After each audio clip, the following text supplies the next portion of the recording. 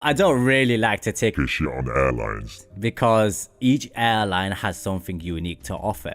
For example, Emirates offers great customer service, Ryanair offers affordability, and dare I say it, even British Airways offers connectivity. That's if the flight is on time and it isn't bombarded with continuous strikes. But when it comes to Air India, I'm really sorry captains, but I'd take it all back. Air India's international market was also eaten up by Gulf carriers who offered cheaper and more connection to the subcontinent than Air India could provide. The situation had gotten so bad that 6 airports in India refused to refuel Air India planes because they have not been paid. Now all of this comes down to corruption. You see, the management, the politicians and the government feel entitled to milk the airline's revenue for their own gain. I'm not saying that this issue doesn't occur in other parts of the world, but the situation over there keeps on getting worse.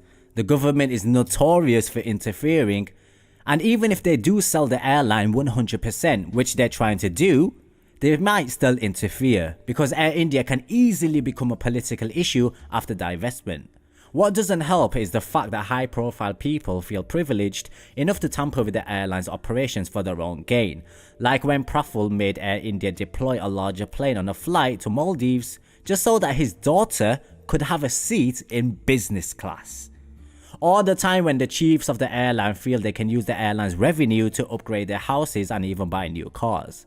You can really tell where the priority of the management really lies. But even if they do manage to sell the airline or even partially sell it and improve the situation, it seems like the carelessness always seems to creep up to the airline. I don't know what the reason for this is, maybe it's due to lack of training or situational awareness, but it certainly doesn't help the airline in the long run. For example, they've now introduced a new low-fat diet for their cabin crew because the airline deems the staff to be too fat. Now this isn't the first time Air India has waded in on the weight debate.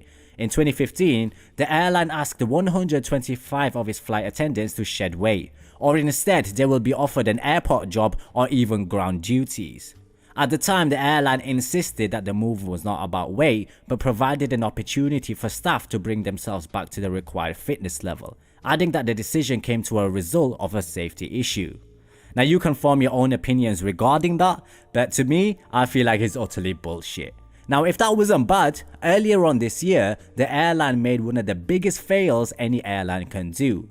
We all know how health and safety is the key thing in the airline industry. Well, one passenger on an inbound Mumbai flight found a large cockroach in his breakfast. Apparently he informed the crew about the situation, but they ignored him. Since the crew members were not listening to him, the passenger decided to return the meal to them. I mean, just have a look at the pictures and you'll see it for yourselves. How disgusting does that look? Now, as you would expect with any airline, they apologized on social media, but that doesn't necessarily help in any way when the airline continues to operate in such a foolish manner. But one of my favorite stories has to be when the airline spent millions on new tableware before realizing that it couldn't actually heat the food. And this may be a small mistake in the grand scheme of things, but it's quite telling of how things are all over the place in the airline management. Now guys, I don't really like to shit on airlines for my own enjoyment. Okay, maybe I do sometimes. But seriously, Air India isn't doing themselves any favours. If there are any positives to speak about the airline, they have managed to get themselves into Star Alliance, bringing a great deal of new revenue for partnerships in the largest alliance in the world, so that's great news for them. But this whole mess reflects the current state of the aviation sector within the deep Asian market. I mean, Pakistan International Airlines is no different and is suffering with the same kind of issues. And it seems the only airline within the region that's doing relatively well is Biman Bangladesh, and even they are doing quite bad compared to other international carriers. I mean, don't get me wrong, Air India has the potential to become the leading airline within the region, considering India is destined to become the next aviation super hub within the next 20 years. The key issue is debt and also mismanagement. They're currently in $8 billion of debt, and the airline has been poorly run since the mid to late 2000s. If the debt is written off from the government and allowed the new private buyer to retrain employees after a year, then there's absolutely no doubt that this is an attractive proposition. Air India has the largest fleet of wide-body aircraft of any Indian airline. It's also a well-known brand and has the most international market share of any Indian carrier. If the airline is bought and not interfered by the government, then Air India can actually turn themselves around within a few years. Now captains, I'm very curious to hear what you guys have to say regarding Air India. If you've been on any Air India flight, then why don't you let us know about your experiences in the comments below. Thank you so much for watching guys. If you want to support the channel, then check out the PayPal link in the description. Consider liking and subscribing, and I hope to catch you guys in the next one.